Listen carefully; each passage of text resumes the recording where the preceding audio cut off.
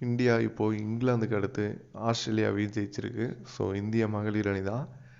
India women's team வந்து இப்போ ரீசெண்டாக வந்து இங்கிலாந்து அண்ட் ஆஸ்திரேலியா கூட T20 சீரீஸ் விளாண்டாங்க. ஸோ அதிலெல்லாம் பார்த்தோம்னா தோத்துட்டாலும் பட் டெஸ்ட் சீரீஸில் ரொம்ப சூப்பராகவே பண்ணியிருக்காங்க அப்படின்னு தான் சொல்லணும். ஏன்னா இங்கிலாந்து அண்ட் ஆஸ்திரேலியா ரெண்டுமே உமன்ஸ் கிரிக்கெட்டை பொறுத்த வரைக்கும் ஒரு ஜெயண்ட் டீம் அப்படின்னு தான் சொல்லணும்.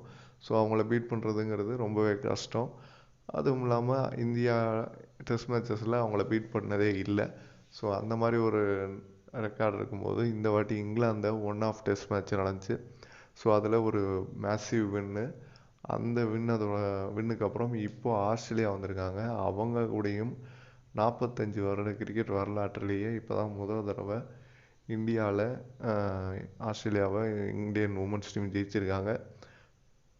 என்னதான் நம்ம Indian men's team world cup loss, அதுக்கப்புறம் இப்போ கொஞ்சம் சீரீஸ் விளையாடிட்டு இருக்காங்க.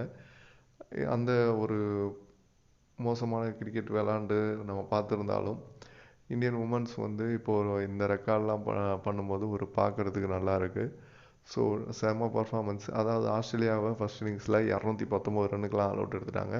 பூஜா ஸ்ட்ரைக்கர், ஸ்னேர் ராணா 2 பேருமே செம பவுலிங். அதுக்கப்புறம் பார்த்தீங்கன்னா நம்ம பேட்டிங் இறங்கினதுக்கப்புறம் ஸ்மிருதி மந்தானா 74, ஜெமிமா ரோட்ரிகஸ் அவங்க 73, அதுக்கப்புறம் ரிச்சா கோஸ் அவங்க 52, தீப்தி சர்மா 78. ஸோ எல்லாருமே நல்ல ஸ்கோர் பண்ணியிருந்தாங்க. கடைசியில் பூஜா ஸ்ட்ரைக்கர் அவங்க 47 அடிச்சிருந்தாங்க. ஸோ லீடிங்கே பார்த்தீங்கன்னா 187 ரன். செகண்ட் இன்னிங்ஸில் ஆஸ்திரேலியாவை மறுபடியும் 261க்குலாம் ஆல் அவுட் ஆக்கிட்டாங்க.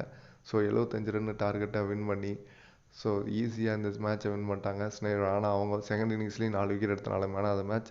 ஸோ இந்த வெற்றியை பற்றி நீங்கள் என்ன நினைக்கிறீங்கன்னு கமெண்ட்டில் சொல்லுங்கள். இதான் நீங்கள் நம்ம சேனலுக்கு ஃபஸ்ட் டைம் இருக்கீங்கன்னா மறக்காமல் சப்ஸ்கிரைப் பண்ணுங்கள்.